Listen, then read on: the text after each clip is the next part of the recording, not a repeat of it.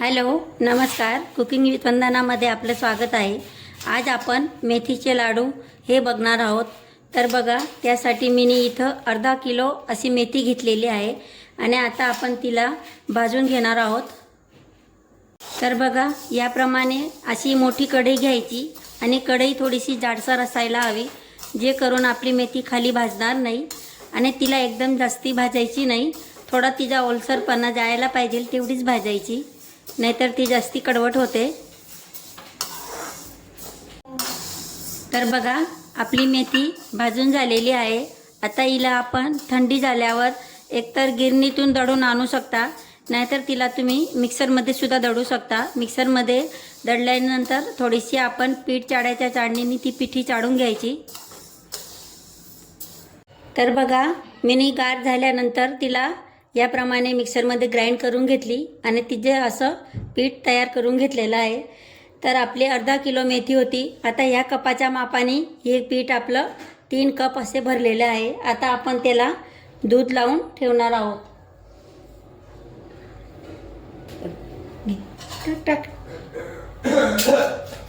तर बघा, याप्रमाणे त्याच्यात दूध टाकायचं, जे करून आपली मेथीचा थोडा कडसरपणा कमी होईल। याप्रमाणे असे तर मेथी ही कडूच असते, तुम्ही कितीही केलं तर तिच्यात थोडा कडूपणा असतोच, पण याप्रमाणे जर आपण दूध लावून ठेवलं तर ते थोडे कडू कमी लागतात। त्यासाठी यांना आपण ह्याचप्रमाणे दूध लावून रात्रभर हे पीठ दुधासोबत मुरू देणार आहोत। तर बघा, याप्रमाणे मी याला दूध लावून घेतलेलं आहे।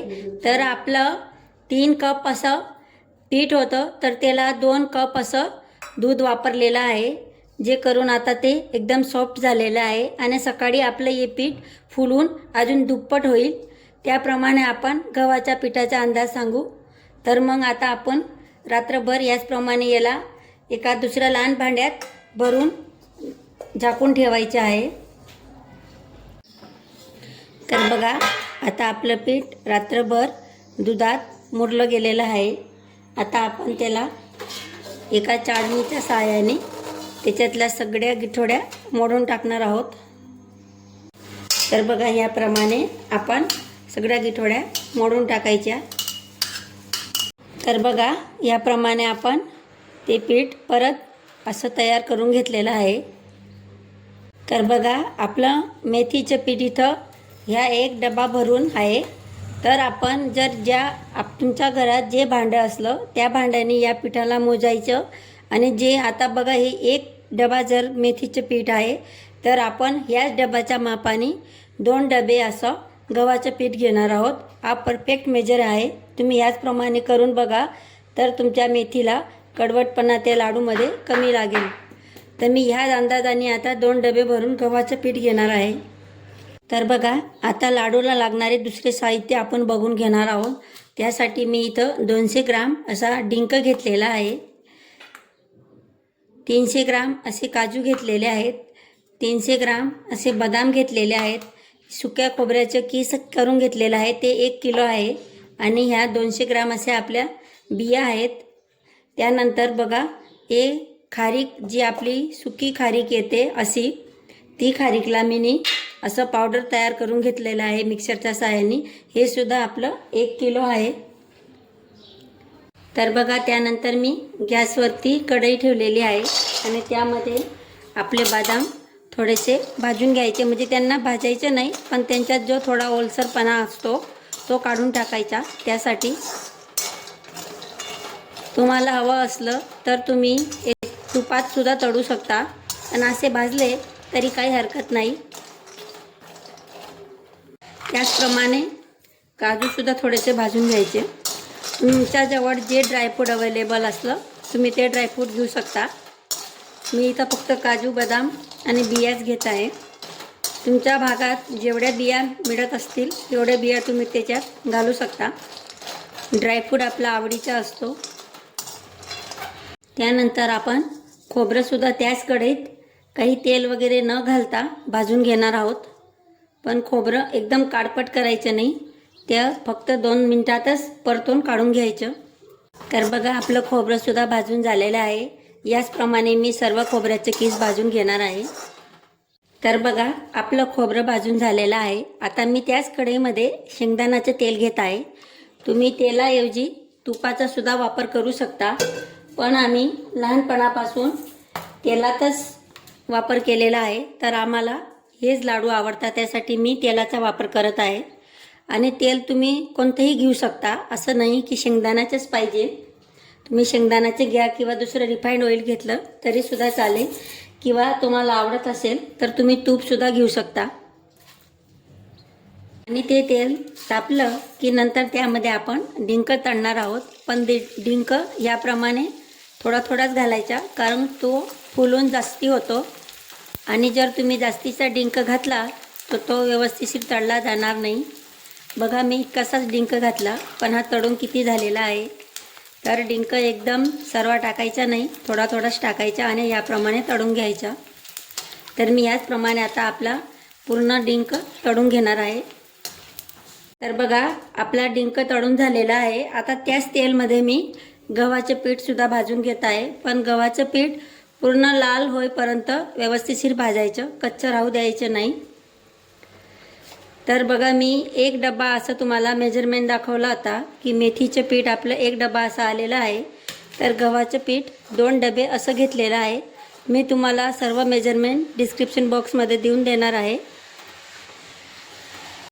तर बघा याप्रमाणे आपण लालसर होईपर्यंत थोडं आपलं गव्हाचं पीठ भाजून घ्यायचं. आता आपलं पीठ भाजून झालेलं आहे. त्याला आपण एका कढईत काढून घेणार आहोत आणि परत दुसरं आपलं उरलेलं पीठ भाजून घ्यायचं याचप्रमाणे. तर बघा आपलं पीठ भाजलं गेलेलं आहे. आता आपण बदाम मिक्सरमध्ये ग्राइंड करून घेणार आहोत. तुम्हाला हवं असलं तर पल्स मोडवरती त्यांना जाडसरसुद्धा करू शकता, नाहीतर तुम्ही एकदम बारीक पावडरसुद्धा बनवू शकता, ती तुमची इच्छा. तर बघा आपली सर्व तयारी झालेली आहे. आता मी सर्वात आधी एका मोठ्या भांड्यात गव्हाचं पीठ जे भाजलेलं होतं ते घेतलेलं आहे. त्यानंतर त्यावरती आपण जे काजू बदामचे चुरा केलेला आहे तो घ्यायचा. त्यानंतर बघा जो डिंक आपण तळलेला होता त्या डिंकला तळल्यानंतर ह्याप्रमाणे थोडा खलबत्त्यात कुटून घ्यायचा, जे करून तो असा बारीक होईल. तुम्ही पूर्ण राहू दिला तरी चालेल, पण तो खाताना दातात येतो, त्यासाठी ह्याप्रमाणे करायचं. त्यानंतर जे आपण खारीकचा भुगा केला होता तो घ्यायचा. त्यानंतर त्यामध्ये जे आपण खोबऱ्याचं किस केलेलं होतं ते घालायचं. काजू बदाम खालतीच घालायचं, जे करून आपण वरून जे गरम तेल घालू त्याच्यात ते जळणार नाही. त्यानंतर बघा ह्या बिया याप्रमाणे अखंडच घालत आहे. आणि सर्वात शेवटी आपण मेथी घालायची, जे करून ते गरम तेल आपल्या मेथीवरती येईल. तर बघा आता मी इथं 1.5 लिटर असं तेल घेतलेलं आहे आणि त्यानंतर त्यामध्ये 2 किलो असा गूळ घालत आहे. हा आपल्याला एकदम पक्का असा पाक करायचा नाही, फक्त आपला गूळ वितळे तिथपर्यंतच आपल्याला त्याला पेस्ट करायचं आहे. तर बघा याप्रमाणे मी तेलात सर्व गूळ घातलेला आहे. मी इथं पूर्णपणे शेंगदाण्याच्या तेलाचा वापर करत आहे. तुम्हाला हवं असलं तर तुम्ही इथंसुद्धा तुपाचा वापर करू शकता, तरीसुद्धा हेच मेजरमेंट घ्यायचं. आणि आपले लाडू तुपातसुद्धा छान लागतात, पण ती आपली आवड आहे, जसे आपल्याला आवडतं त्याप्रमाणे तुम्ही तूप तेल काहीही वापरू शकता. तर बघा आपला गूळ पूर्णपणे वितळलेला आहे.